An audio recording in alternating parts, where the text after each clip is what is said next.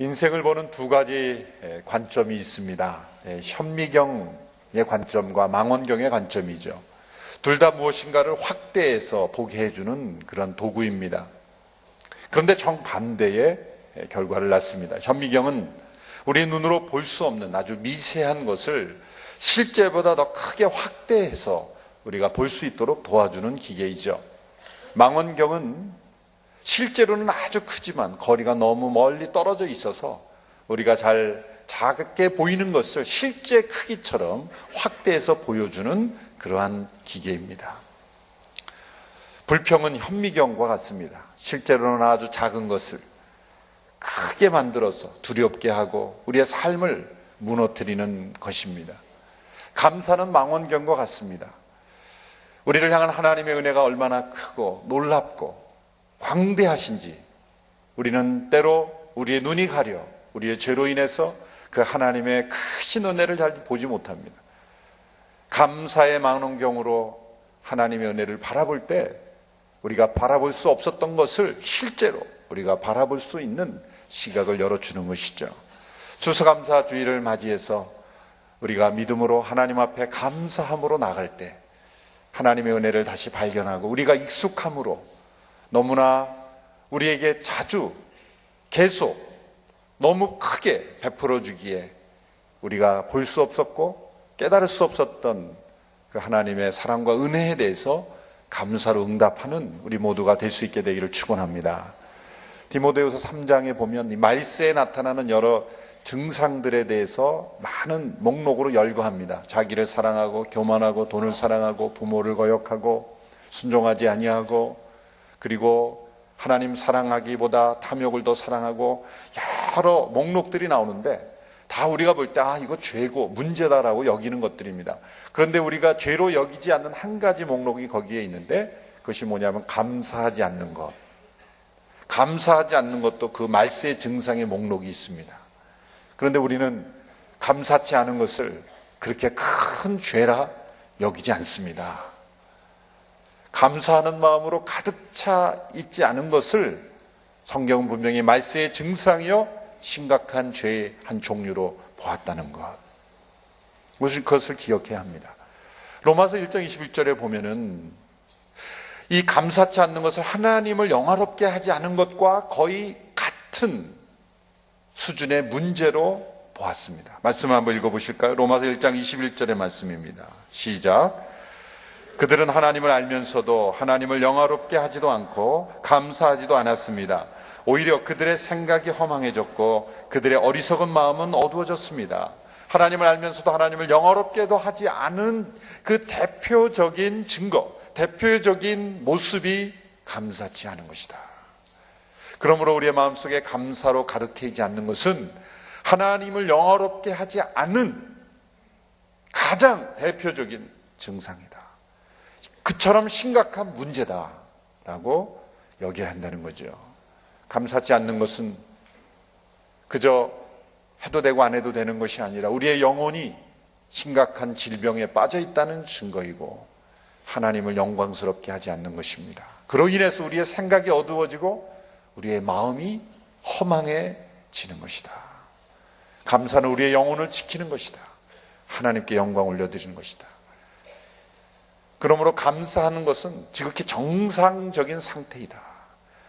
감사하는 것이 정상이다라는 거예요. 오늘 말씀에 보면 마땅히 받은 은혜에 대해서 감사치 않은 그런 사람들에 대한 예수님의 지적, 예수님의 말씀이 기록되어 있습니다. 오늘 누가복음 17장 17절의 말씀을 보면 10명의 나병 환자들이 고침을 받았는데 그중 한 사람만 예수님께 돌아와 감사하고 9명은 감사하지 않았습니다. 예수님이 이렇게 질문하셨습니다. 우리 같이 한번 읽어볼까요? 17장 17절의 말씀입니다. 시작. 예수께서 물으셨습니다. 10명이 깨끗해지지 않았느냐? 그런데 9명은 어디에 있느냐? 9명은 어디에 있느냐? 10명이 동일하게 고침받는 은혜를 받았는데 한 명만 돌아와 예수님께 감사하고 나머지 9명은 감사치 않았습니다. 나머지 9명은 어디 있느냐? 우리는 이 9명을 놓고 어떻게 이런 사람들이 있을 수 있을까? 그 심각한 질병, 거의 죽음과도 같은 나병으로부터 고침을 받아놓고 어떻게 예수님께 나와 감사치 않을 수 있는가? 우리는 이들을 정죄하고 이들을 비판하기 쉽지만 실제로 우리 가운데 과연 하나님께 받은 은혜, 고침받은 은혜, 또 택함받은 은혜, 구원받은 은혜, 돌보심을 받은 은혜, 인도함을 받은 은혜, 우리가 깨닫지 못하고 받은 많은 은혜에 대해서 예수님께 돌아와 감사하는 영혼이 과연 10분의 1을 넘을 수 있는가? 10분의 1을 넘을 수 있는가? 우리들 가운데, 우리 성도들 가운데, 한국의 크리스찬들 가운데, 전 세계의 성도들 가운데 과연 이렇게 하나님 앞에 감사로 나아가는 영혼이 10분의 1을 넘을 수 있는가 생각하면 우리도 또한 이 9명의 중에 한 사람에 들지 않을까 염려하게 되는 것입니다. 왜냐하면 이 감사하지 않았던 9명도 믿음이 없었던 사람이 아니기 때문입니다. 그들도 역시 믿음으로 예수님께 나와 치유를 받고 믿음으로 하나님의 은혜를 체험했던 믿음의 사람들이었기 때문입니다. 오늘 본문에 보면 믿음의 3가지 단계를 우리에게 보여주죠.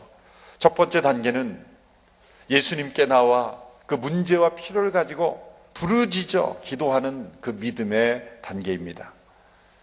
예수님께서 예루살렘으로 가시던 중 사마리아와 갈릴리 사이의 길로 지나가셨다. 이렇게 오늘 본문의 시작이 되고 있습니다. 예루살렘으로 가는 길, 여러 가지 길이 있지만 이 길은 보통 사람들이 다니지 않는 길입니다. 특별히 유대인들은 이 사마리아 지역을 싫어했고 그 지역으로 걸어가기만 해도 부정한 자가 된다고 생각했기 때문에 사마리아 지역을 우회해서 저 광야의 길로 돌아서 가곤 했습니다. 그런데 예수님은 요한복음 4장의 대로 사마리아로 들어가시기도 하셨고 오늘 본문에 보면 이 사마리아와 갈릴리 사이의 길, 이 길은 일종의 DMZ과 같은 길이죠. 양쪽 사람들이 다 가지 않는 길입니다. 그곳에는 버려진 사람들이 있었던 길이었습니다. 사마리아로부터 버려지고 그리고 갈릴리로부터 버려진 사람들, 그 대표적인 사람들이 바로 나병 환자들이었습니다. 당시 나병 환자들은 육체적인 질병도 문제지만 몸이 문드러져 살이 다 떨어져 나가는 고통, 그 육체적 고통도 큰 고통이었지만 더 큰 고통은 사회로부터 격리되는 고통이었습니다. 전염성이 있었기 때문이죠. 많은 사람들의 피해를 줄이기 위해서 나병에 걸리면 격리되었습니다. 가족으로부터, 친구로부터, 사회로부터 격리되어서 버림받는 거예요. 치료할 길도 없고 그들은 자연히 사람들이 다니지 않는 지역으로 모여들게 됐습니다. 사마리아 지역에서도 나병 환자들이 나왔고 갈릴리 지역에서도 나병 환자들이 나왔고 그 나병 환자들은 서로 모였을 때 저 사람이 이방인이냐 아니냐가 그렇게 중요하지 않았습니다. 그 병을 통해서 그들은 한 공동체를 이루게 되었죠. 건강한 사람들은 서로를 차별하고 구별하고 소외시키지만 그러나 병든 사람들은 동병상련이라고 하죠. 같은 병으로 인해서 그들은 유대인이건 이방인이건 사마리아인이건 갈릴리인이건 그들은 상관없이 한 공동체를 이루며 살고 있었다는 거죠. 그 중에 10명이 9명은 유대인이고 1명이 사마리아인 나병 환자가 있었습니다. 예수님을 만나게 되었어요. 예수님이 오신다는 소식은 그들에게 복음이었죠. 왜냐하면 다른 지역에서 동일한 질병을 치료하셨다는 소문을 들었기 때문입니다. 그러나 그들은 그 지역을 나올 수가 없었습니다. 일반인이 사는 지역으로 가면 돌에 맞아 죽을 수도 있었기 때문입니다. 움직일 수 없는 그 지역을 향해 예수님이 들어가신 것입니다. 당신들에게 찾아오라고 요구하지 아니하고 예수님께서 그 지역으로 찾아 들어가는 것. 예수님의 크신 은혜와 사랑을 볼 수가 있습니다. 우리도 예수님처럼 이런 지역에 찾아 들어가야 될 줄로 믿습니다. 버림받은 지역, 스스로는 헤어나올 수 없는 지역, 그 지역에 사는 사람들을 찾아 예수님께서 그곳으로 들어가신 거죠. 10명의 나병 환자들이 소리를 지르 큰 소리로 외칩니다. 그러나 그들은 멀찍이 서서 부르짖었다고 말합니다. 왜 멀찍이 서서 부르짖었겠습니까? 가까이 가면 율법에 저촉이 되며 당시의 정상적인 사람들은 돌을 던지며 그들을 오지 못하도록, 왜냐하면 전염성이 있기 때문에 그런 거죠. 멀찍이 서서 예수님께 부르짖죠. 예수 선생님이여 우리를 불쌍히 여겨 주십시오. 그렇게 간구했습니다. 이들의 마음속에는 믿음이 있었기 때문이죠. 믿음이 없었다면 이들이 예수님께 이렇게 부르짖지 않았을 겁니다. 예수님은 고쳐주실 수 있다는 그런 믿음, 이것은 기도입니다. 이들이 선생님이여 라고 불렀지만 이것은 당시에 선생이라고 부르는 그런 단어와 다른 단어입니다. 높으신 분, 권위가 있는 분, 우리를 고쳐줄 수 있는 능력이 있는 분이라고 믿었죠. 그들은 믿음으로 예수님께 나온 것입니다. 여러분, 우리가 예수님 앞에, 하나님의 임재 앞에 부르짖어 기도하고 은혜를 베풀어 달라고 간구할 수 있는 것은 그 자체가 믿음의 증거인 줄로 믿습니다. 이것이 은혜입니다. 대개 보면 나는 아무 문제 없다고 생각하고 나는 성공했다고 생각하고 스스로의 힘으로 살아갈 수 있다고 생각하는 사람들은 이런 기도하지 않습니다. 주여 나를 불쌍히 여겨 주십시오. 이런 기도는 누가 합니까? 좌절 가운데 있을 때, 절망 가운데 있을 때, 도움이 필요할 때 하나님의 도움만이 살 길이라고 여기는 믿음을 가진 사람들이 이런 기도를 하는 거예요. 주여 나를 불쌍히 여겨 주십시오. 불쌍히 여겨달라고 기도하는 것 자체가 하나님의 크신 은혜의 증거인 줄로 믿습니다. 주여 우리를 불쌍히 여겨 주십시오. 여러분, 때로 기도가 되지 않습니까? 그것은 바쁘기 때문이 아니라 교만하기 때문입니다. 이런 고백을 계속해서 드려보십시오. 주님 나를 불쌍히 여겨 주십시오. 하나님 저를 불쌍히 여겨 주십시오. 왜 기도를 하지 않습니까? 내가 불쌍하지 않기 때문입니다. 자기 스스로가 자기를 볼 때 별로 불쌍하지 않아요. 나 정도면 됐지, 내가 뭐 불쌍해. 자기의 비참한 상태를 보지 못하는 거예요. 자기의 불쌍한 영혼의 상태를 알지 못하기 때문에 하나님 앞에 불쌍히 여겨달라고 기도하지 않는 거죠. 여러분, 우리 모두는 다 하나님의 긍휼히 여기심을 받아야 되는 영혼인 줄로 믿습니다. 내 영혼은 괜찮지 않습니다. 나는 멀쩡하지 않습니다. 왜요? 감사치 않는 죄 가운데 있기 때문이죠. 우리 모두가 기도할 때마다 하나님 나를 불쌍히 여겨 주십시오. 이렇게 겸손하게 하나님의 은혜를 구하는 믿음의 기도를 할 수 있게 되기를 축원합니다. 예수님은 이들의 간구를 무시하지 않으셨습니다. 예수님은 이미 그곳에 그 사람들이 있는 줄 아셨고 그 사람들을 향해 가고 계셨기 때문이죠. 그래서 두 번째 믿음의 단계가 나타납니다. 예수님은 그들에게 이렇게 말씀하셨습니다. 제사장에게 가서 너희의 몸을 보이라. 예수님은 이렇게 말씀하지 않으셨어요. 내가 너희를 고쳐주리라. 그렇게 말씀하지 않으시고 제사장에게 가서 믿음 너희의 몸을 보이라. 이건 무엇을 의미합니까? 그것은 당시의 율법을 우리가 좀 이해해야 이해할 수 있습니다. 당시에 나병 환자들이 몸이 고침을 받거나 또 회복이 되면 제사장에게 가서 확인을 받아야 합니다. 그러니까 제사장이 어떻게 보면 의사의 역할도 한 거죠.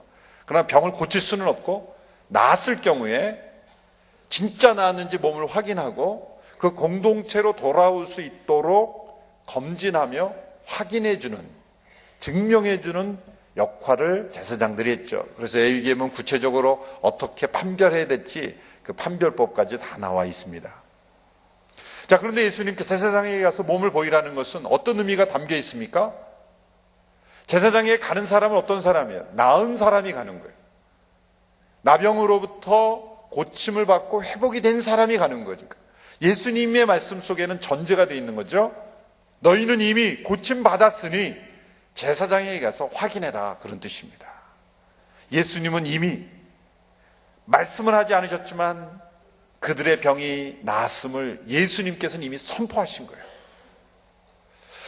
그들이 생각할 때는 좀 의아했을 거예요. 아니, 우리 몸이 지금 나아진 것도 없는데, 나아진 증거도 나타나지 않는데, 여전히 우리의 몸은 병든 몸인데 이 몸을 가지고 제사장에게 가라니 이해할 수 없었을 겁니다. 예수님은 이들에게 믿음을 요구하신 거예요. 이 두 번째 단계의 믿음은 여기서 한 단계 더 높이 올라가는 겁니다. 그것은 우리의 믿음으로 순종을 통해서 기적을 체험하는 믿음입니다. 단지 주여 우리를 불쌍히 여겨달라고 하나님 앞에 간구하는 문제와 필요를 아뢰는 정도가 아니라 나의 믿음을 참여시켰어. 나의 믿음을 적용함으로써 하나님의 기적을 체험하는 믿음의 단계로 예수님이 끌어내온 것이죠. 엘리사에게 찾아온 나아만 장군도 그랬죠. 가서 7번 몸을 씻어라. 처음 씻었을 때 그의 몸은 별로 달라진 게 없었을 거예요. 하나님은 모세에게 지팡이를 내밀어 바다를 향하여 하라. 갈라진 다음에 지나간 게 아닙니다. 요단강을 건널 때도 제사장들이 발을 요단강에 담그면 그 강이 멈췄을 것이다. 강이 멈춰선 다음에 발을 내디딘 게 아니라 한 발을 내딛었을 때 강이 멈추도록 하시는 거예요. 하나님의 우리에게 어떤 기적과 은혜를 베풀어 주실 때는 다 해주시고 가라라고 하지 아니하시고 아직 이루어지지 않은 상황 속에서 우리의 믿음으로 도전하는, 믿음으로 자신을 내던지는 그러한 것을 요구하실 때가 있다는 거예요. 기적은 언제나 그때 일어나는 것입니다. 우리는 증거를 보고 믿으려고 합니다. 그러나 증거를 보고 믿는 것은 사실 믿음이 아니라 동의이죠. 확인일 뿐입니다. 히브리서 11장 1절에서 믿음을 이렇게 정의하고 있습니다. 우리 같이 한번 읽어볼까요? 히브리서 11장 1절 시작. 믿음은 바라는 것들의 실체며 보지 못하는 것들의 증거입니다. 증거가 보이지 않을 때 내 믿음을 적용하는 것이 진정한 믿음입니다. 그리고 심지어 믿음은 그 자체가 보이지 않는 것들의 증거가 된다는 거예요. 이 두 번째 단계의 믿음입니다. 보이지 않는 것들의 증거가 되는 믿음. 증거를 보고 믿는 것이 아니라 믿음으로 증거를 보여주는 믿음입니다. 오늘 본문 14절에 보면 예수님께서 제사장들에게 가서 너희 몸을 보이라 라고 말했을 때 그들이 가는 도중에 몸이 깨끗해졌습니다. 한번 같이 읽어볼까요? 시작. 예수께서 그들을 보고 말씀하셨습니다. 제사장들에게 가서 너희 몸을 보이라. 그러자 그들은 가는 도중에 몸이 깨끗해졌습니다. 그들은 처음에 이해하기 어려웠을 거예요. 몸이 달라진 것이 없는데 왜 제사장에게 가라고 하는가? 그러나 가라고 하셨기 때문에 가는 도중에 몸이 깨끗해졌다. 이것이 말씀에 순종함으로 기적을 체험하는 믿음의 단계입니다. 문제와 필요를 가지고 주님 앞에 나와 부르짖는 믿음, 더 나아가서 나의 믿음을 합하여 말씀에 순종함으로 기적을 체험하는 믿음. 그런데 세 번째 믿음의 단계가 여기서 나타나고 있습니다. 그것은 무엇입니까? 10명이 다 깨끗해졌지만 그 중에 한 사람이, 한 명의 나병 환자가 예수님께로 되돌아와서 하나님께 영광을 돌리며 예수님의 무릎, 예수님의 발 앞에 엎드려 감사한 믿음인 것입니다. 받은 은혜, 고침받은 은혜, 하나님께서 베풀어 주신 기적 앞에서 돌아와서 예수님께 감사하는 믿음입니다. 여러분, 문제와 필요를 가지고 나아가 간절히 구하는 것도 믿음입니다. 말씀에 순종함으로 기적을 체험하는 것도 분명 믿음입니다. 그러나 믿음의 절정은, 진정한 믿음의 확증은 받은 은혜에 감사함으로 나가는 것. 이것이 믿음의 완성이요, 믿음의 절정이요, 참비 믿음의 증거라는 것입니다. 여러 문제를 가지고 하나님 앞에 부르짖어 기도하는 성도들은 많습니다. 그러나 기도하는 모든 성도들이 다 감사하는 것은 아니다라는 것을 가르쳐주고 있어요. 말씀에 순종하여 기적을 체험하는 성도들도 있습니다. 그러나 기적을 체험하는 성도들이 다 감사하는 것은 아니라는 것입니다. 10명의 나병 환자들이 다 부르짖어 기도했습니다. 그들의 마음속에 믿음이 있었죠. 그리고 그들은 다 기적을 체험했습니다. 믿음의 역사죠. 그러나 9명은 어디에 있습니까? 감사하는 사람은 단 한 사람뿐이었다는 거죠. 우리의 기도가 기적으로 변하고 그 기적이 하나님 앞에 드리는 감사로 나가야 될 줄로 믿습니다. 예수님께서 9명은 어디에 있느냐 질문하셨죠. 그들이 어디에 있는지 몰라서 예수님 물어보시는 게 아니에요.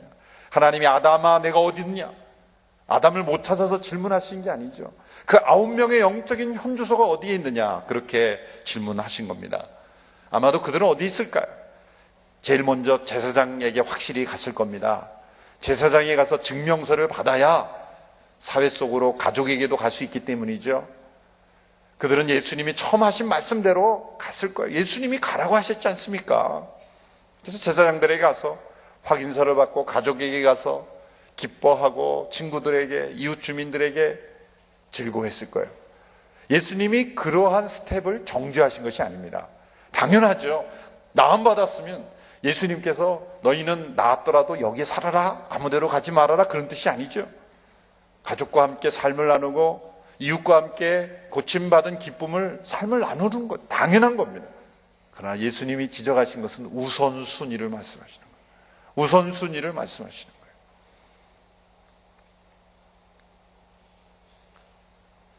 예수님은 지극히 당연히 일어나는 인생의 축복과 그런 기쁨들을 정죄하신 것이 아닙니다. 먼저 구해야 될 것, 먼저 있어야 될 것, 그것을 먼저 지적하신 것이죠. 그들은 틀림없이 그 9명의 사람들도 사람들이 물어봤을 때 어떻게 나았냐 그랬을 때 예수님이 고쳐졌다고 말했을 거예요. 그들이 뭐 내가 스스로 고쳤다 이렇게 말했겠습니까? 그러나 그렇게 말하는 것과 돌아와서 예수님의 발 앞에 엎드려 감사하는 것은 분명히 차이가 있는 거죠. 예수님이 고쳐줬다라고 간증할 수도 있습니다. 그러나 그렇게 말하는 것과 돌아와서, 가는 도중에 돌아와서 감사하는 것과는 분명히 차이가 있는 것이다라고 말씀하는 것이죠. 늘 9명은 어디에 있느냐? 혹시 하나님께서 너희들도 그 9명에 속하지 않았냐고 질문하면, 하나님 저는 사실 감사하는 마음을 한 번도 버린 적이 없습니다. 늘 감사하죠. 감사하죠. 그러나 구체적인 감사의 이 액션, 표현, 예수님 앞에 돌아와서 고백하는 것. 우리 가족끼리도, 사랑하는 사람들도 그러지 않습니까? 꼭 말해야 사랑인가? 말해야 되는 거죠. 꼭 내가 증명해야 되는가? 증명해야지 사랑이 되는 거죠. 생각만으로 내 마음의 중심이 언제나 사랑한 거죠. 그 구체적인 행동과 표현과 사랑의 참여와 그것이 있어야 진정이 사랑이 전해지는 거예요. 우리가 필리핀 사람도 우리가 불쌍히 여기지, 불쌍히 여기는 뭔가 액션이 가야 되는 거예요. 사람이 가야 되고 돈이 가야 되고 물건이 가야 되고 우리가 가야 돼요. 가지 않고 돌아서 예수님께 가지 않고 우리 예수님이 고치셨어 말하는 것도 나는 감사라고 말할 수 있지만 돌아와서 감사해야 되는 거예요. 돌아와서 감사해야 되는 거예요. 누군가에게 감사할 어떤 대상이 있다면 나 그 사람에게 늘 감사해 라고 하는 것과 그 사람에게 전화를 해서 혹은 직접 찾아가서 감사합니다 라고 말하는 것과는 차이가 있는 거죠. 차이가 있는 거죠. 이 9명은 바로 그런 상태였다는 거예요. 어떤 학자는 이렇게 말했습니다. 이 기적의 아이러니컬한 결과는 이 나병 환자들이 고침받은 이후에 오히려 하나님으로부터 멀어졌다는 것이다. 그들이 하나님의 도움을 필요로 할 때는 그들은 멀리 서서 부르짖었지만 오히려 영적으로 보면 아주 하나님을 가까이 한 거예요. 우리의 문제와 고난과 그리고 필요 가운데 있을 때 우리는 그 문제 속에서, 그 상황 속에서, 그 아픔 속에서 하나님을 부르짖어 외칠 때는 거리상으로는 멀어인 것 같지만 실제적으로는 하나님과 아주 가까이 있었던 거예요. 그런데 문제가 해결받고 상황이 좋아지고 고난이 다 사라지면 그때 우리는 하나님부터 멀어지는 것이죠. 그래서 이 9명은 약자는 이렇게 지적한 거죠. 그들은 오히려 하나님을 이전에는 가까이 했지만 고침받은 이후에는 더 멀어졌다. 하용조 목사님께서 이 본문에 대해 설교할 때도 다음과 같이 아주 기가 막히게 지적을 하셨어요. 잘 들어보십시오. 기적만을 좋아하면 기적이 끝날 때 감사도 끝납니다. 그러나 기적을 주신 하나님께 감사하면 기적은 계속 될 것입니다. 나병 환자 중에 10명 중에 9명은 기적에 만족했습니다. 그러나 한 명은 기적도 좋았지만 기적을 베푸신 예수님을 생각했고 만족했다는 거예요. 제가 찾아본 주석 중에 제일 정확한 해석이에요. 기적만을 좋아하면 기적이 끝나면 감사도 끝나는 거예요.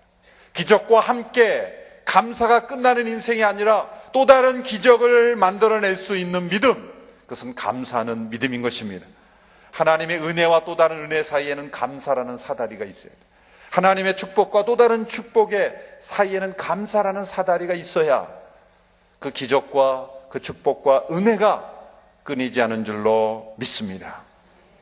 내 생의 마지막 달이라는 책을 쓴 그 우드랜드 펠로십 교회의 캐리 숙이라는 목사님이 이렇게 표현했어요. 10사람 모두가 선물을 받았지만 그 선물에 오직 한 사람만이 포장지를 벗겨서 진짜 선물이 무엇인지를 확인한 사람은 한 사람이다. 동일한 선물을 다 받았지만 포장지를 뜯어서 진짜 선물을 확인한 사람은 단 한 사람이다. 진짜 선물은 뭡니까? 사실은 그들의 나병이 고침받은 게 아니라 예수님을 만나는 거죠. 예수님을 만나는 게 진짜 선물이죠. 그들이 고침받았다고 안 죽었습니까? 다 죽었습니다. 그러나 예수님을 인격적으로 만나는 그 선물. 9명은 고침을 받았지만 고쳐주시는 분은 만나지 못했어요. 선물은 받았지만 그 선물의 주인공을 만나지 못했다는 것이죠. 그러나 한 명의 나병 환자는 지금 제사장에게 가는 것이 중요한 것이 아니었어요. 굉장히 상징적인 행동입니다. 이 사람의 행동은. 왜 그렇습니까? 이 사람은 사마리아인이었어요. 유대인도 아니었어요. 제사장에게 가지 않았던 이유는 뭡니까? 이제는 사실 예수님을 통해서 구약의 모든 율법이 다 완성되었죠. 제사장에 가서 확인할 필요가 없는 시대가 된 거예요. 이 사람은 즉시로 돌아왔어요. 여러분, 감사에는 다른 모든 것들은 다 서두르면 사고가 납니다. 절대 서둘러서는 안 되죠. 모든 인생의 우리의 행동의 하나하나는 모든 것을 신중하게, 너무 서두르면 안 됩니다. 그러나 단 한 가지 서둘러서 나쁠 게 없는 게 감사예요. 서둘러 감사하시기를 축원합니다.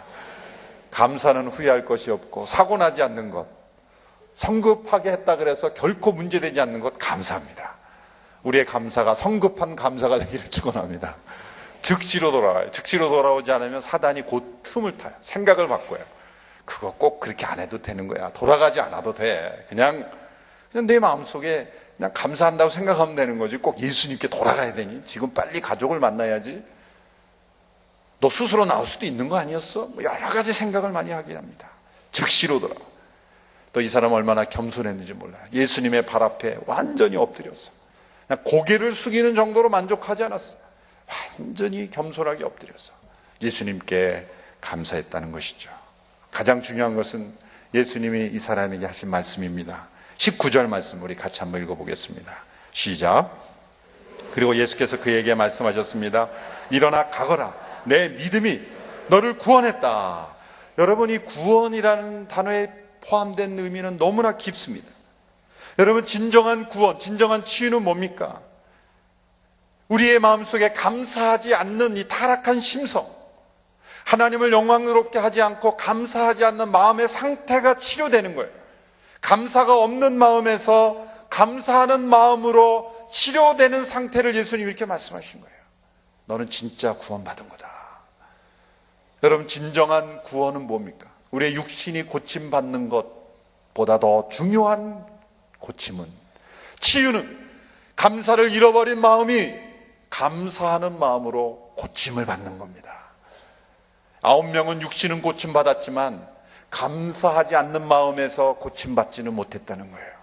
그러나 이 한 명은 돌아와 예수님 앞에 감사할 때 정말 우리의 영혼에 고침받아야 될 문제로부터 고침받게 된 거예요. 그 온전한 구원, 온전한 치유가 이 영혼에게 일어난 것입니다. 우리는 본성상 감사하지 않는 죄 가운데 태어났습니다. 아무리 많은 것을 받아도 감사는 그것보다는 확실히 적게 합니다. 이미 자녀를 키워보셨을 때 여러분들이 다 경험하셨잖아요. 부모님의 은혜에 대해서 100% 감사하는 자녀는 없습니다. 그 은혜에 항상 미달하죠. 간혹 가다가 그 받은 것보다 훨씬 더 감사하는 영혼이 있긴 합니다. 온누리교회 성도들 가운데 있을 거예요. 그러나 10명 중에 1명 드물죠. 항상 받은 은혜보다 적게 감사. 그게 죄악의 본성이에요. 그러나 우리가 풍성한 감사를 할 때 우리는 죄악의 본성을 이기는 것입니다. 우리가 치료받은 거예요. 그게 감사가 치유예요. 최고의 내적 치유. 감사할 때 우리는 치유받은 것입니다. 온전케 되고 우리가 구원받은 자의 삶을 살게 되는 것입니다. 감사는 우리의 시야를 넓혀줍니다. 보지 못했던 것을 보게 합니다.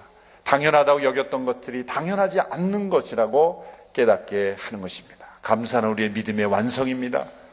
우리의 믿음의 생활에서 감사를 통해서 정말 하나님이 원하시는 그런 믿음의 상태로 우리가 날마다 주님 앞에 나갈 수 있게 되기를 축원합니다.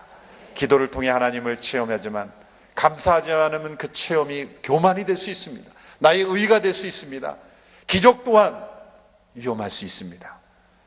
우리의 기도, 우리의 기적 넘어서 감사하는 마음으로 우리의 삶이 변화되는 귀한 성도의 삶이 될 수 있게 되기를 축원합니다. 오늘 추수감사 주일로 오늘 하루 이 감사를 연습하고 감사를 실천하는 한 해가 될 수 있게 되기를 바랍니다. 좌우에 계신 분에게 인사할까요? 내 옆에 앉아주셔서 감사합니다. 우리 찬송을 함께 부르고 마무리하기를 원합니다. 날 구원하신 주 감사, 지난 추억으로 인해 감사, 응답하신 기도 감사, 거절하신 것도 감사, 장미꽃도 감사하지만 그 가시도 감사, 기쁨도 감사하지만 슬픔도 감사.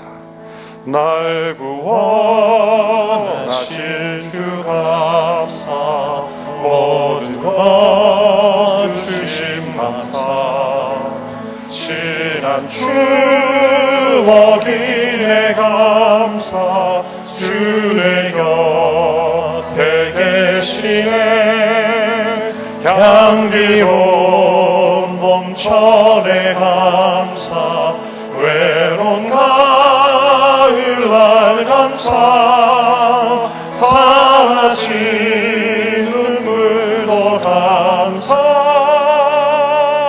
나의 영혼 평안에 응답하신 기도 감사, 응답하신 기도 감사, 거절하신 것 감사, 헤쳐나온 풍랑 감사, 모든 것 채우시네, 아픔과 기쁨도 감사, 절망 중위로 감사, 증량 못할 은혜 감사, 크신 사랑 감사해, 길가에 장미꽃 감사, 장미가시도 감사, 따스한 가족 희망 주신 것 감사, 기쁨과 슬픔도 감사, 하늘 평안을 감사, 매일의 희망이 감사,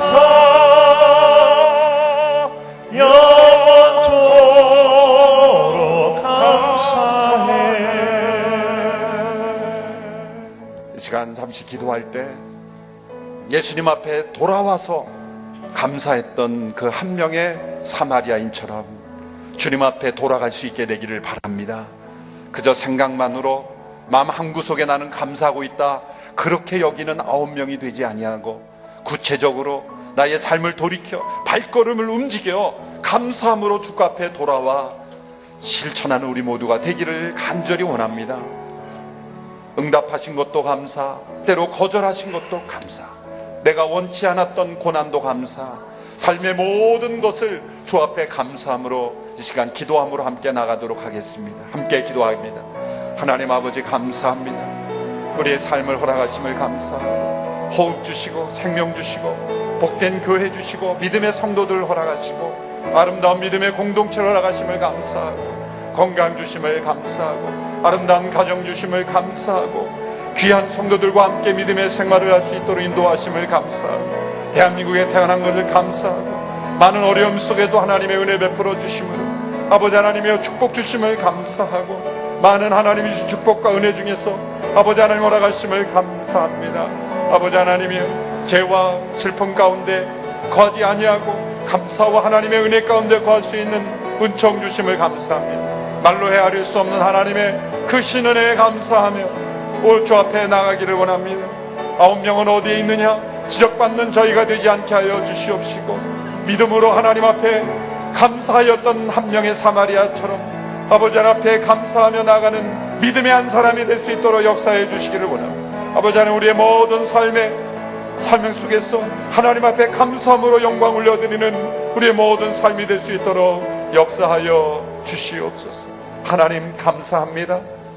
우리에게 새 생명 주시고 아름다운 믿음의 공동체를 허락하시고 아름다운 가정 허락하시고 건강과 물질과 풍성한 삶을 허락하여 주셔서 감사합니다.